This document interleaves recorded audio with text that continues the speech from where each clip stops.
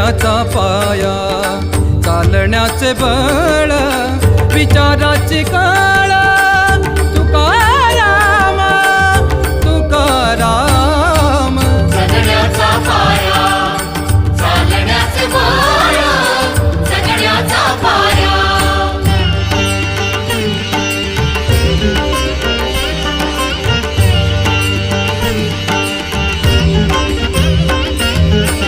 शब्दांचे इमान, अक्षरांचे रान, शब्दांचे इमान, अक्षरांचे रान, अभंगाचे पान,